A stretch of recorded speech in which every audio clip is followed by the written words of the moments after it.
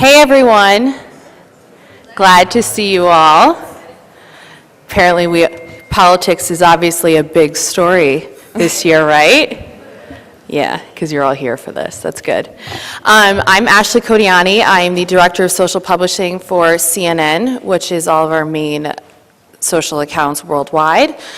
Obviously this election is a huge story for us and we are covering it on every platform, which we'll get to in a second. We have Versha here from Now This, if you...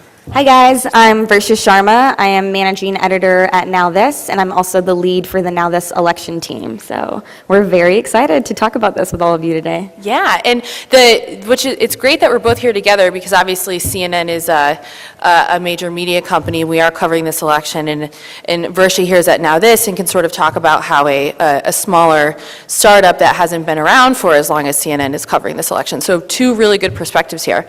I'm going to play a quick video for you. That covers the general scope of CNN and how we are covering this election across all of our platforms and all of our devices, and then I'll get into the specifics and everything that we're doing on social to make sure that all our audiences are seeing and engaging with this election. So I'll play that for you now. I just have to tell you guys, we were having a little bit of an audio issue before. This is like how much of a pro Ashley is. She actually just laid down this music track over this video, like in the 2 minutes we were standing here. So yeah. That's real-time editing. Yeah, that's what we do. So.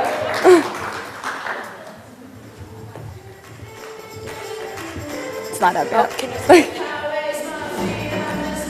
Well, at least you can hear the music that she laid down. Good track, right? It's a good track.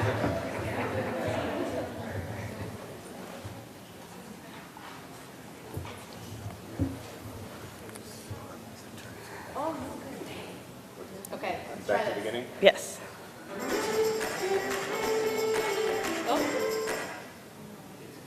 Comments? Okay.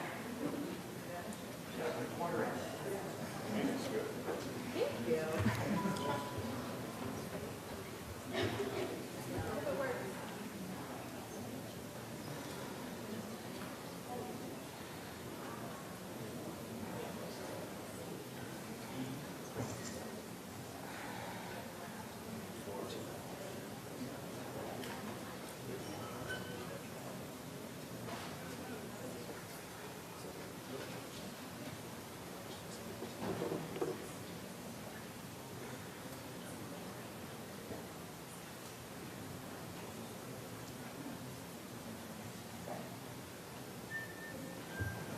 The title of this panel was "The Election Will Not Be Televised," so this is actually kind of perfect. All right, let's try it.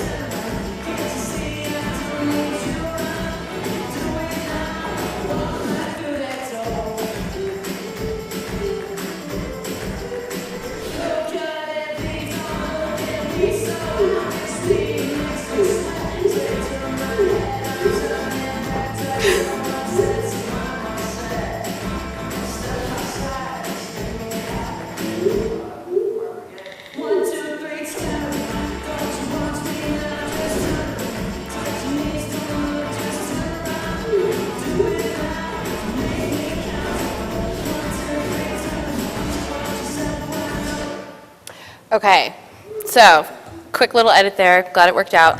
So basically what that shows for you is that obviously we're a broadcast network, right? And we have CNN debates, and that's great. But one thing we are doing very well is bringing you this election on every platform.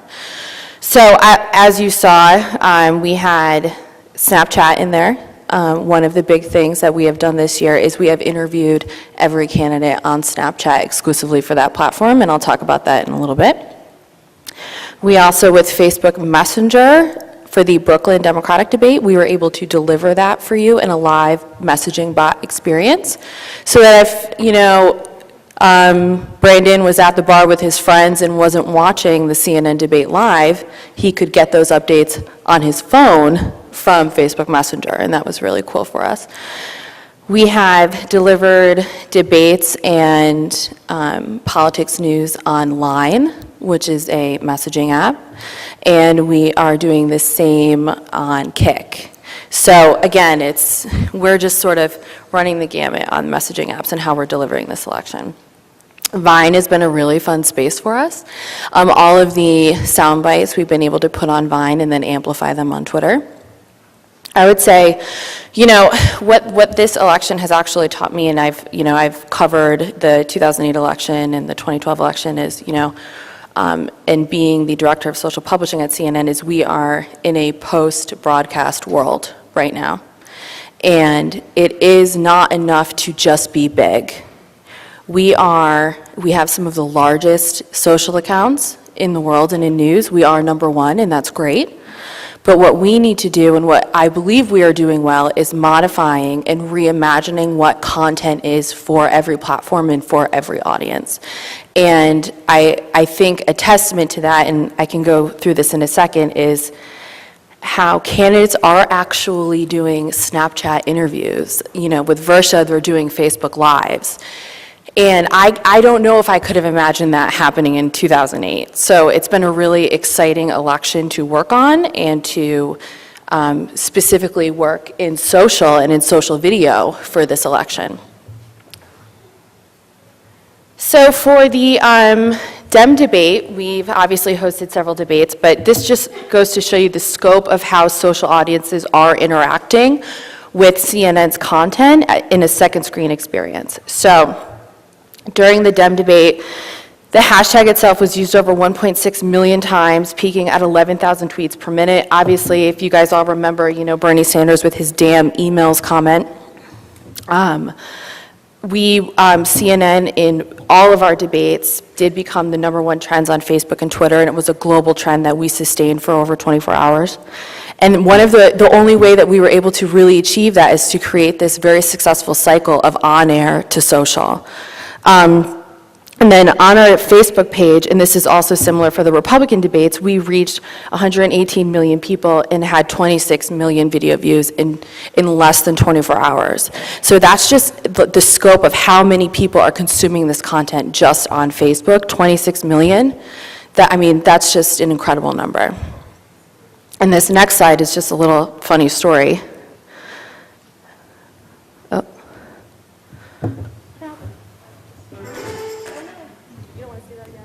Okay, so this is just a funny story that I wanted to share because it just shows how these elections and these candidates and how social media has had just such an incredible impact on this election. So this was before we were going to interview Hillary specifically for Snapchat, and it was during a town hall in Iowa, and she had gotten off the stage. And her campaign was, run back here with us. We'll do it backstage. So we go into this, back area, and I rally everyone around, and I'm like, we're going to do a Snapchat. And they were all like, Snapchat, that's great. And so Jeff Zucker was actually with me during this, whole ordeal. And I take Hillary, and just with my phone, and she was so poised and also so aware of what Snapchat was, and did the interview. And yeah, it was just a really cool moment because, again, I don't know if a candidate would have engaged on this type of platform, 4 years ago. And the fact that candidates are willing to make time for this is pretty cool. Sorry, you guys. We did it again for Flint, Michigan, and then it didn't work for Flint even before, and then we did it. Sorry, I'm just not good at presentations, obviously, on Keynote. So, this is when we did the Republican candidates. The question is, what am I going to do for the young people who are going to make our country great again?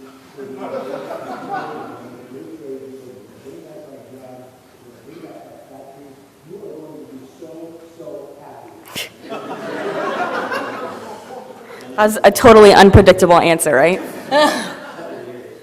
been stuck in the Obama stagnation. We've been coming out of school. We've got student loans up your eye. And so, not to stop it there, but there's also a really good story about this too. You know, again, these are debates. It's a big event, and this story was similar to Hillary, one of those, you know, how do we get these candidates to do this? How do we wrangle them? And the story about this is we actually did these in a bathroom, backstage, in, I believe it was, I forget, maybe it was Iowa also, I can't remember, there's so many debates, so many events. And we were literally having to wrangle Donald Trump from the hallway into the bathroom with a black screen to do Snapchat. And it's, the candidates know what these platforms are, and they know that they need to reach this audience. And so, again, you know, just another example of Snapchat's a thing, which is great. So yeah, let's see what else we have here. And then, sorry, you guys. Is the clicker working, or should I go No, up the there? clicker's not Okay. All right. I'll stand up for this then. But overall, as you can see, we are creating and engaging candidates on every platform that we have, and it's only going to get bigger and better before November. So yeah. So I'm going to talk a little bit from the perspective of, as Ashley said, a smaller digital media and startup company, and how we approached covering this election with the sort of limited resources, at least compared to a company like CNN that we do have.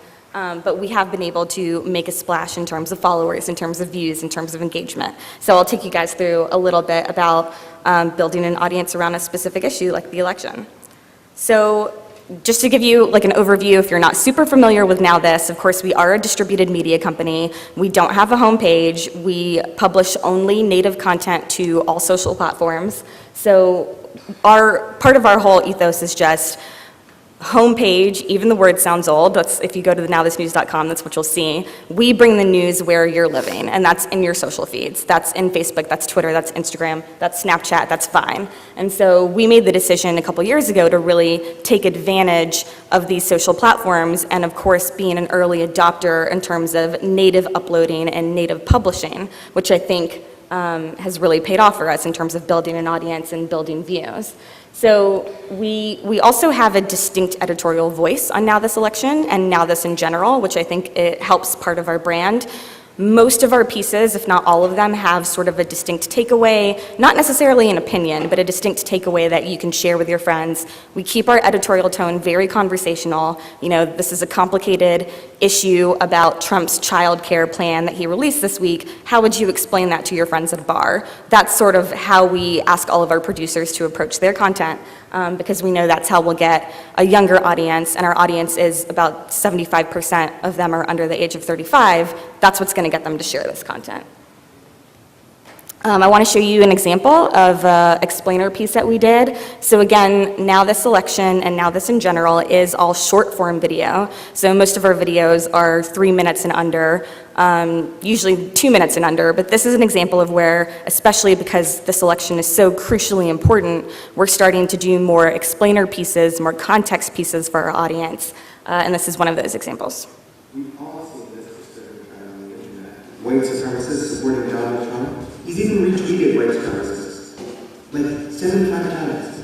David Duke, former Imperial Wizard of the KKK, has openly supported him, and it took Trump a while to formally disavow his endorsement. I don't know anything about David, okay? I don't know anything about what you're even talking about with white supremacy or white supremacy. But the problem is white supremacists know about him, and they like what they see. And in Duke's case, they feel emboldened by Trump now to run for office. Again.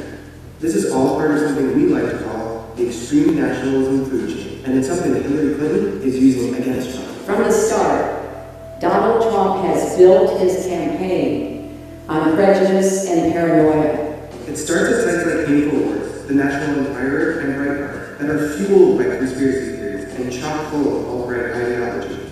Stuff like this. Acting historian, look like she's having meningitis. Now, it's definitely a problem that these sites peddle conspiracy theories, but it's worse that people from those sites are helping run Trump's campaign. Trump even hired Breitbart head Stephen Bannon as CEO of his campaign, and Roger Stone, a longtime Republican operative, was a key advisor to Trump in the early days of his campaign. He's also a frequent guest on InfoWars. Well, Roger, the media calls you this evil, nasty, galactic super liar, and then you're like the most accurate person I've probably ever had on air. Trump's hiring of these people brings it full circle. The alt-right get their information from conspiracy theorists who also happen to be advising Trump. So Trump says exactly what they want to hear. Build that wall. Build that wall. Build that wall. He is the founder of ISIS. He's the founder of ISIS. Hillary wants to essentially abolish the Second Amendment. And we already have an example of what this kind of talk leads to across the pond. Nigel Farage used the same dog whistles as Trump to get what he wanted, which was for the UK to leave the European Union.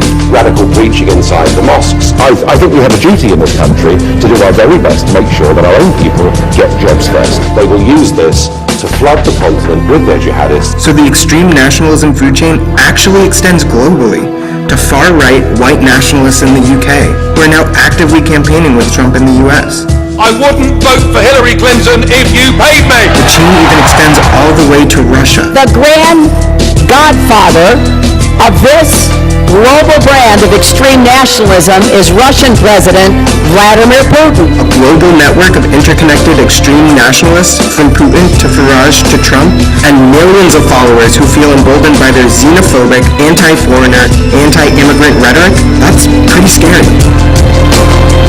So obviously that piece has a pretty strong takeaway and a pretty strong point of view. Not all of our pieces are like that, but that's a good example to show you like how we're sort of tying all of these clips that you're seeing together, the clips of Trump that are sort of repeated endlessly all day on cable news, but actually putting them into context for a social media audience. And of course, as you saw, we have subtitles, so you could have watched that whole thing without sound. That's also a big part of our strategy. So back in August 2015 is when we actually decided to launch Now This Election. We had, I think, over 1 million followers on the main Facebook page at that point, but we knew that the primary presidential debates were starting, including ones hosted by CNN, and we knew that we only have a certain number of slots of distribution on our main Facebook page. Did we want 90% of those slots to be about the election? We'd probably turn off some of our audience who are not as politically engaged. So it was a pretty easy decision to launch Now This Election in an issue-specific vertical, because then we could produce much more content, deliver much more content in people's feeds. We could do 14 pieces or 14 videos a day if we wanted to on Facebook. So election actually became our fastest growing vertical. Now, the Now This Election page on its own has 1.4 million followers and is growing. And we're doing anywhere from 250 million to 350 million monthly video views just on that Facebook page. To talk to you a little bit about the process, we have a team of 6 producers, video editors, and writers who are producing about 10 to 12 videos a day.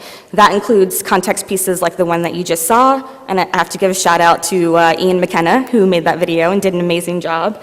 But we also have people doing sort of quick turns, real-time pieces. You know, Donald Trump just said something, here's what it is. That doesn't require 3 minutes of VO necessarily, but we do those pieces as well.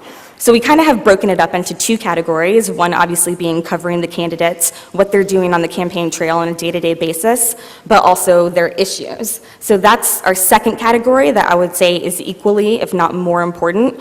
Going back to this young, highly engaged audience that we have, we find that they really do care about the issues, and they want to know not just the latest thing that the candidate said or did, but where do they stand? What are their policies? What do they think about criminal justice reform? And so we've really tried to hone in on how we can deliver that type of content to audiences on social as well. And this is a really unique election year for many reasons. One being the 2 candidates that we have from the major parties are 2 of the most unpopular candidates who have ever run for president. So young people are really interested in third parties, Gary Johnson and Jill Stein. We've interviewed both of them on Facebook Live. We've done a couple produced pieces with them, Snapchat as well. So covering third parties, not just Clinton and Trump, has become really important this election on social. Going to one of those CNN debates, I just wanted to give you guys a rundown of how out of one live event, our team of 7, and sometimes we pull from the broader newsroom, 10 people, can produce up to 40 pieces of content in one night. And this is when we really get into cross-platform distribution. So we do the raw turns in the moments, you know, Ted Cruz and Donald Trump just sniped back and forth at each other. It was entertaining. Let's get that up. But we also do real-time fact checks. So we have reporters, editors, and writers who are researching what these candidates are saying, where can we sort of provide more information for our viewers and doing the real-time fact checks. But it's not just all video. We mix it up visually. We do GIFs, we do screenshots or screen shorts, we do vines, and as you can see some of these examples on the side here, we do photoshops of the candidates sometimes too, if we feel like there's a good enough quote or inspiration to do that. Of course, also on Twitter, we're starting to use more of the poll feature on Twitter, and as Ashley mentioned, Facebook Messenger, our Messenger bot, has become, it's becoming a tool that we use to really learn what our audience cares about and what they want to see more of.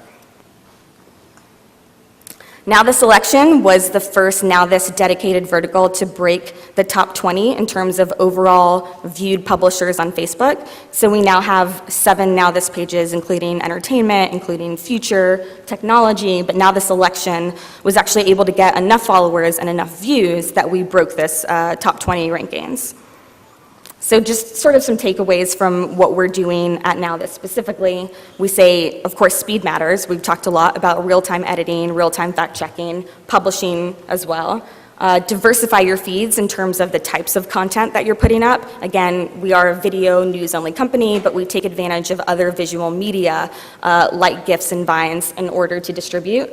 Customized to each platform. This is something that's really important that I think Ashley and I both do a lot of, which is you can't just take the one interview and spread it out across 7 platforms. You have to actually think, what is this platform built for? What is the audience using it for? What do they want to see? Obviously, Snapchat, you have some time constraints. Same thing on Vine. So you have to keep all of these in mind when you're distributing on these platforms.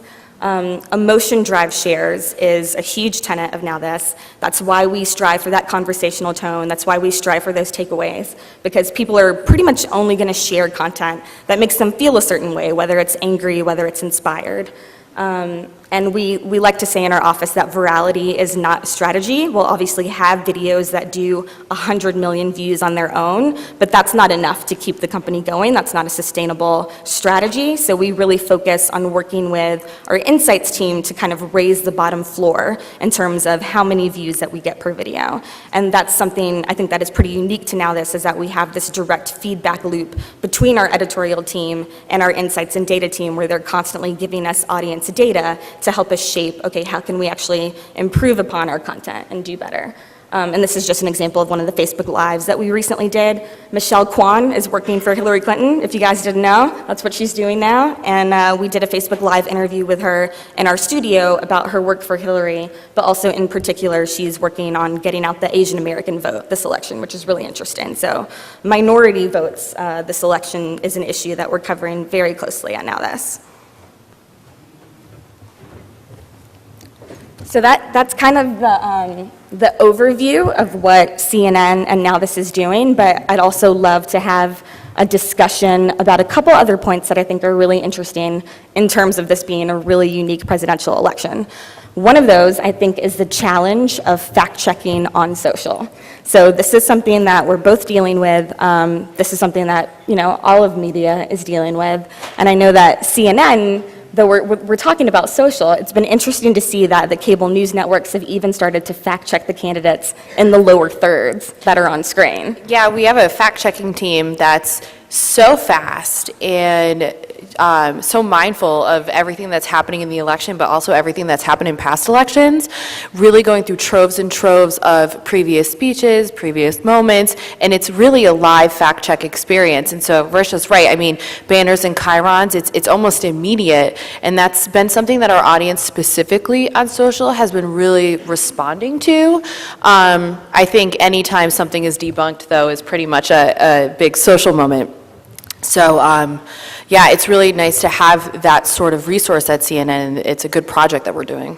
I just think it's sort of become monumentally important because we talk about this a lot Facebook makes the friends and family algorithm change. You start to see only content that your friends and family share. Your news feed then becomes an echo chamber of people who agree with you or have the same political views as you. But what's important for media companies to do is, regardless of the candidate, regardless of the party, make sure that you're delivering those real-time fact checks to people in their feeds, because they're not getting it from their friends and family. Like, they're not getting it anywhere else. Yeah, and to further go into sort of the process and the planning for CNN on social generally, obviously we had the conventions recently, which are, huge events. I mean, it's unreal how many people come together and the production that's involved. And one of the things that's been really nice working at CNN is social is thought of as an essential component to the process and the planning. So, these Snapchat little interviews and the Facebook Lives for a major media organization, those don't happen because I call up the campaign and I ask them, hey, you available for a minute after the biggest, after one of the most monumental events in your campaign? It's really from the top down that it's just a fundamental part of telling the story and making sure that all our audiences see it. We talked a little bit about Facebook Live and Versa's presentation as well as we touched on it in mine. I think I don't know how many Facebook Lives you did, but I'm sure it was relatively similar, something like 70 Facebook Lives from one of the conventions we had done.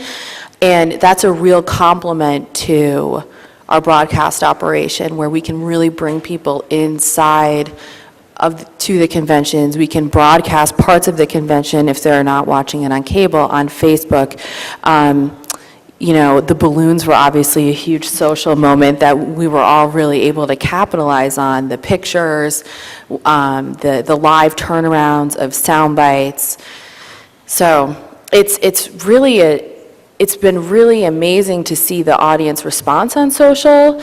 It's been amazing to see the evolution of social teams to turn around content that quickly that is coming from broadcast.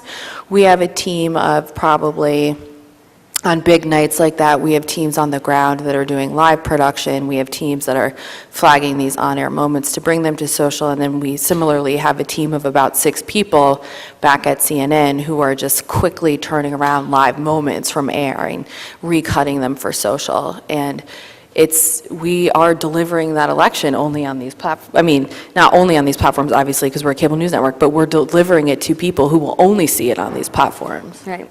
We did a short loop, just like a 6-second video of Bill Clinton playing with the balloons at the DNC. I don't know if you guys saw that moment. I don't know how you couldn't have seen it, because it was everywhere when they did it. Just that short loop, which was something that we in the newsroom found entertaining, and we're like, this is hilarious, we should put this up. 14 million views in like 24 hours. So there are moments, obviously, non-political junkies who are not watching every single moment of the convention, they're following it on social. They're getting the highlights from social. So that's why it's important for us to really be editing in real time, but also kind of curating what we think is not just obviously very informative and educational for people, but sort of these lighter, entertaining moments as well. And talking about Facebook Live from the conventions and the campaign trail in general, some of our most successful lives have been giving people a view into the campaign trail that they don't necessarily get on cable news or elsewhere. We went to a Bernie Sanders rally in Florida earlier this year, live streamed it, not exactly high production value. It was a live stream from the phone. It was before Facebook released their live API. But we had 33,000 concurrent live viewers who were watching that. So that was sort of an amazing moment to just be holding up your phone at this Bernie Sanders rally and realize that 33,000 people are watching this along with you right in this moment. And it's because they couldn't be there, and they might not, during the primary season especially, they might not have seen that elsewhere. But actually what ended up becoming our most successful live in the last couple of weeks was the naked Donald Trump statue that showed up around the country.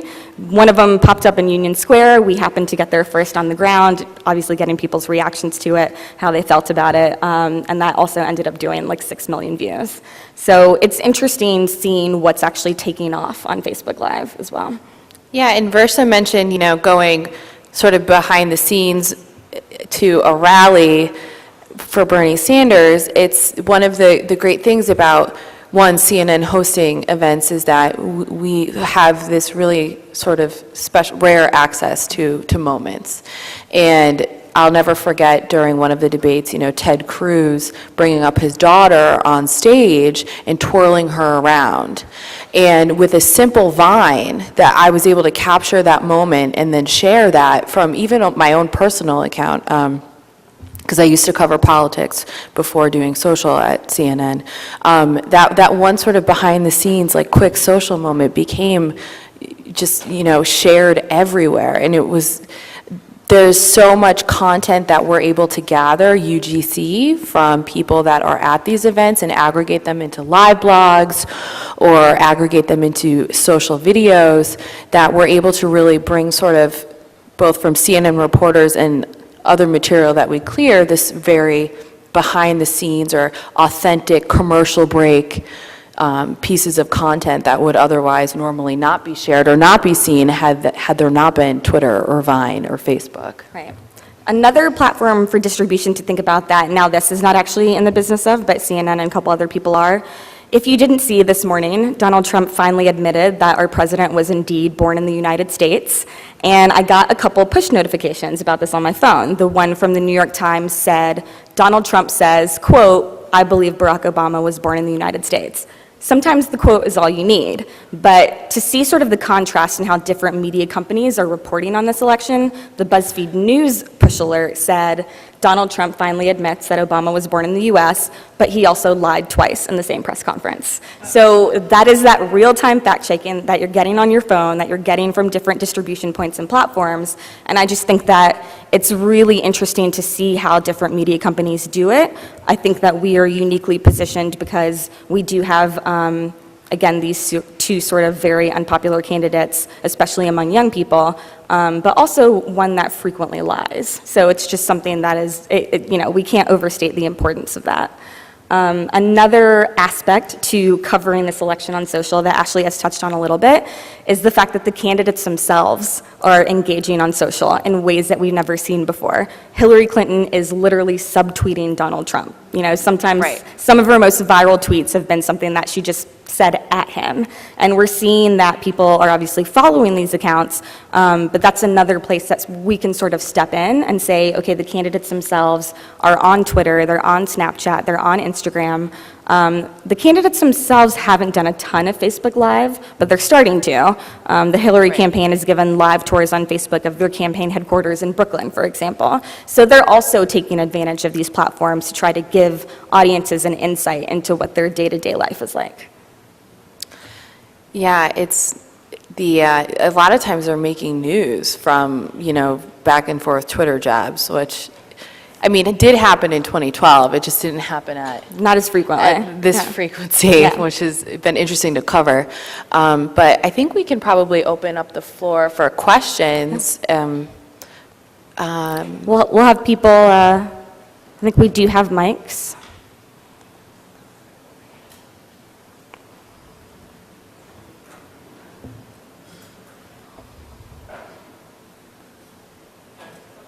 Oh, hey, Dia. Yeah. Hello? Is this on? Okay, this is more for Now This, but to a lesser extent CNN. You're building these huge audiences on social media. In fact, in Now This, your only audience is social media. How do you monetize that? What's your business model? How do you support this news gathering effort that you're pushing out on social media? So there's a couple different ways that we're monetizing. The good news is all of the platforms are starting to monetize in different ways, and branded content on Facebook is one of them. Now, we don't do any branded content on Now This election, but on the Now This main page, we have a separate studios team at our office that works with clients to produce branded content, and you'll see what it looks like is sort of like Now This with Kleenex sponsored content. So it still looks like a Now This video. It's very much a social video, but it is actually branded content. We are in Snapchat Discover, which monetizes. We run ads in there. And we're also part of Twitter Marketplace, where we can sometimes run ads on our videos. So there are a couple of different ways that the platforms have started to monetize, and we're sort of, we're taking advantage of those where we can. Hi. Following that question, the idea that you've built multi-million followings for election coverage, the election has an end date. What happens to your business model on November 9th? So now this election will become Now This Politics, and we will follow the transition to the new administration and continue to follow whoever the next president may be, their administration, but also focusing more on sort of down ballot initiatives, Congress. We don't cover a ton of Congress right now. We will sort of like the big news, the big moments, the big shareable moments especially. But once we are at November 9th, then we'll sort of still have this dedicated team of people to just cover politics full time.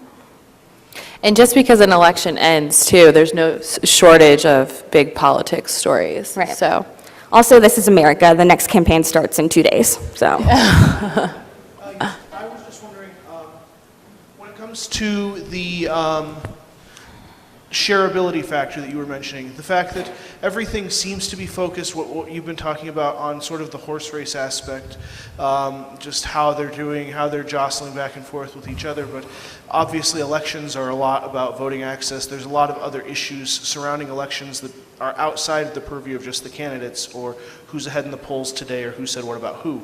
I was wondering if those aspects are things that you try to get into as well, if they're less shareable, if it's more difficult to get into that sort of thing, and what you plan to do to cover that aspect. It's a good question. So we did a video earlier this week about Ohio. So they ended the golden week of early voting in Ohio, which is a huge problem. There is empirical evidence that Black voters took advantage of that early voting. And so their turnout numbers may be lower this year if they don't have access. So voting rights, voter suppression is definitely a huge issue that we like to cover.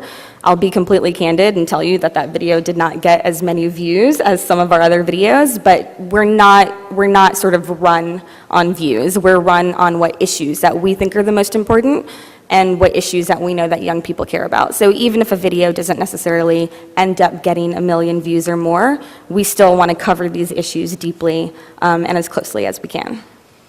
right, and I think, for us, it's making sure that we cover the most important stories during this election. So, whether they share well or not, or whether a video gets 1 million views, it's our fundamental duty and job to make sure that we're getting everything out there. So, yeah. I think there's a way to do both, right? So you have like the Bill Clinton balloon gift, but then you also have the video about voter suppression. I think, it's absolutely possible to do both. On your last comment there, I would like to hear more about how to do both, but the question I had was, when you mentioned 40 pieces of content from an average debate, what does your staffing look like for each platform and overall, even down to the engineers? Like, how many people do you have on your overall team and devoted to each platform as that's happening live? So for primary debate nights, I'm sure we will staff up for presidential debate nights, the general election ones coming up. We had a team of probably 10 to 12 producers per debate. So that includes maybe 7 or 8 video editors, so people who are actually doing the editing of the video, 1 to 2 writers, editors, fact checkers who are doing the real-time fact checking, and then 1 to 2 publishers who are doing the actual distribution to platforms. So in general, now this has a platform team structure where we break up producers based on which platforms they produce for. So we have what we call Facebook producers, Snapchat producers, producers who we know are particularly adept at Vine or Tumblr. But for debate nights, they're more sort of like all hands on deck, so everybody does a little bit of everything, but we at least dedicate it where we have our editors, producers, and publishers all focusing on their separate duties. And for CNN, for publishing, we have between CNN and CNN Politics a total of 5 publishers, 2 additional who are cutting really quick clips from air for social, then a producer for messaging apps for the Facebook Messenger bot executions and for Kik, and then 3 producers who will put together our Snapchat Discover that it will be, debate focused. So that's, about a total of, and then video producer separately for social video. So that's probably a total of 12 to 15 people. Oh, so it's a question for both Ashley and Versha. So we've heard a lot about what an amazing job you guys do in terms of packaging the best moments from the debates and the campaign. But I was wondering, do you think that actually social media has changed the course of the campaign, whether that's how long Bernie stayed in the race, whether his kind of popularity on Facebook and Reddit drove that, or whether what the candidates talk about or kind of what issues they take an interest in, do you think that's influenced by how well they play on social? Well, I would say 100%. I mean, social has had a huge influence, both, their own social activity and it's fundamentally changed how large news organizations cover this election. I can't think of any one specific example, but I will say, the Feel the Burn hashtag was, a fundamental part of Bernie Sanders' campaign, and I believe that was the origin of that hashtag was in a Facebook group from a woman in Burlington, Vermont. And that one hashtag sort of defined his evolution. So I would say, everything from an Instagram post when Hillary Clinton had posted her suits, and I believe it was like a red, white, and blue suits. I mean, that one Instagram post was a story.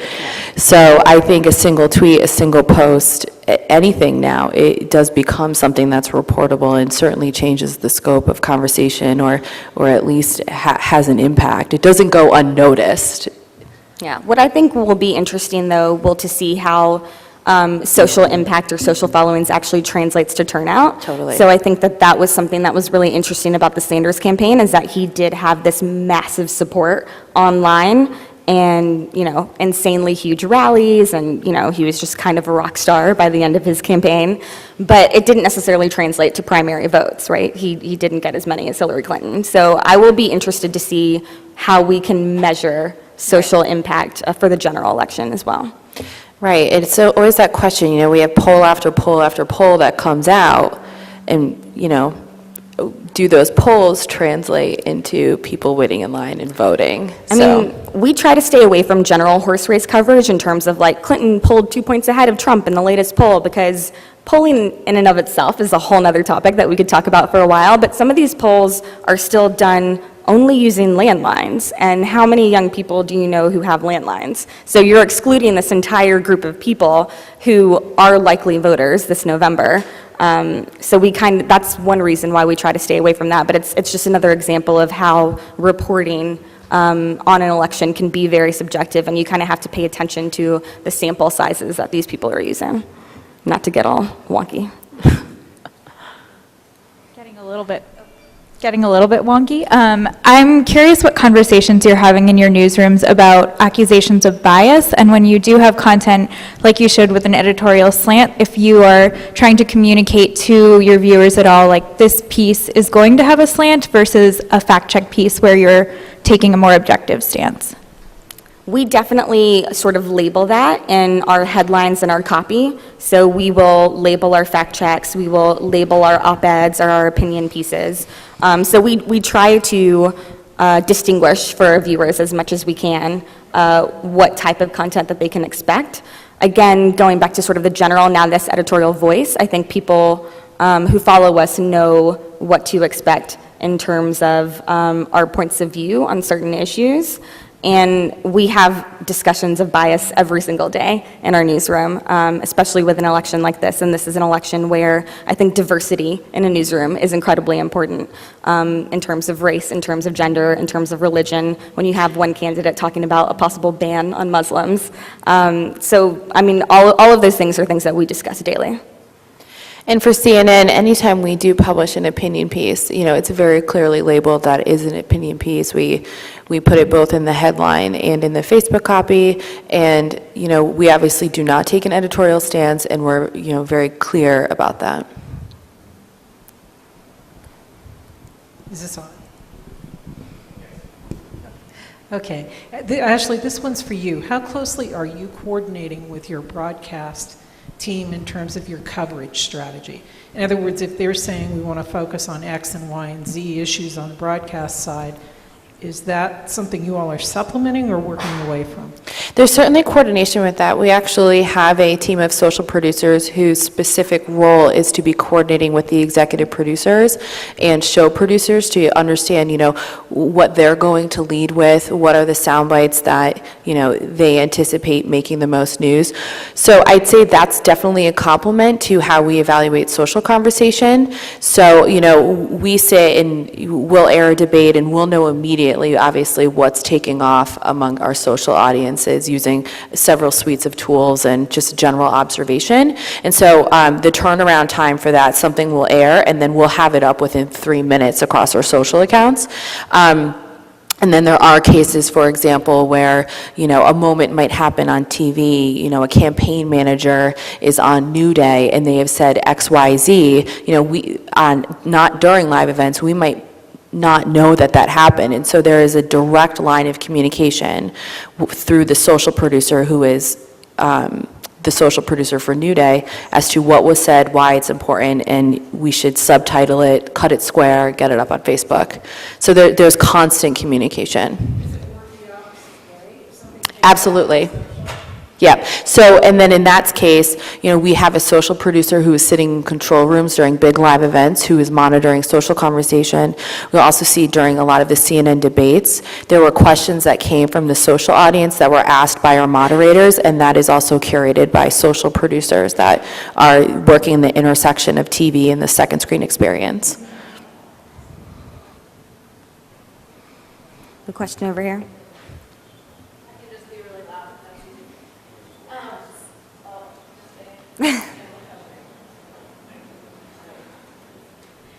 So for those of us in a smaller newsroom with not only a smaller staff, but a much smaller audience than either of you would have, I'm thinking about ways that we can use this for local elections. We're getting a new governor in Indiana. I guess what would be your best tips for, what's the one thing that we should try to make our election coverage more interactive and across more mediums? Well, I think a lot of local news publishers, not TV stations, newspapers, et cetera, have started experimenting with Facebook Live, and I think that's great. I think that's an easy way for you to hear from your users and commenters what they care about, and then you can sort of, cater to what they want to hear more of or what they want to know more about. I'm trying to think. I mean, I was going to echo the same thing. Yeah. If you have an opportunity to do a Facebook Live from a local politician or a regional politician's event, not a lot of people are proactively going out to those, and sometimes they're also not broadcast on local news. So that's a perfect opportunity to really, bring an audience somewhere where they probably wouldn't normally go. The other thing is you can have fun with social polls and quizzes, not polls, but Twitter has and Facebook have the option to ask questions of the audience. That's another way to sort of increase engagement on Facebook and or Twitter. If if you do broadcast something live, you can then link to on Twitter, for example, maybe the Facebook Live, and then ask your audience questions about it or somehow engage or host discussions around the political events that are happening in your region on Facebook. I mean, interaction and engagement is just so important. We have seen when we're doing Facebook Lives, when the person hosting or even a person behind the camera, points to a commenter or a specific comment, the engagement just automatically spikes up. So and I think that would happen on any scale. So depending on, whatever size your audience is, I think that would help. Yeah, and also if you're working at a local TV station or even a small newspaper, you can give your politics editor an opportunity to actually do a live interview with a politician, which, likely probably hasn't happened before if you are at a smaller market newspaper. And you can do that on Facebook, which I think is really, really cool. Can you talk a little bit more about your fact-checking process, the real-time fact-checking, and what sources you go to, and if you find that the candidate has made a misstatement, are you transparent with the audience, and then if somebody asks you about that, are you engaging back with the audience? Just talk a little bit more in depth about that. Yeah, I have to be candid. I'm not a part of the fact-checking team, so I don't know every part of their process. We do have a unit within CNN, though, that is very well researched on, it's generally all public, or it's former transcripts and former speeches that candidates have given, former positions. And so I can't really speak for them. I just know that they have troves of experience with everything that these candidates have said, and it's all verified. It all goes through like a very, very strict editorial process. Fortunately, CNN has a very, very strict, editorial practice and guidelines and processes. So, and then yes, it is very transparent on air and on social. Just to follow up on that, if it's real time and you're turning around these contradictions in real time, how can it be a strict editorial process? How are you checking that so fast? Well, a lot of times, right, candidates are giving similar speeches again and again. So, and a lot of these speeches we do get ahead of time. So a lot of the speeches are embargoed. They come out, we see them before they go up. So there is actually a room for preparation. We draw on a variety of sources. Obviously, a lot of original reporting. Places like PolitiFact, Washington Post has a great fact-checking department. The New York Times does a great job live blogging fact checks. So we will follow all of these on our second screen experience when we're watching the debates, and make sure that we include primary sources as much as we can. So it's interesting in video because we can't necessarily hyperlink to everybody that we want to, though we do include links to everything in the comments, but we do have on-screen sources for all of the facts in all of our videos.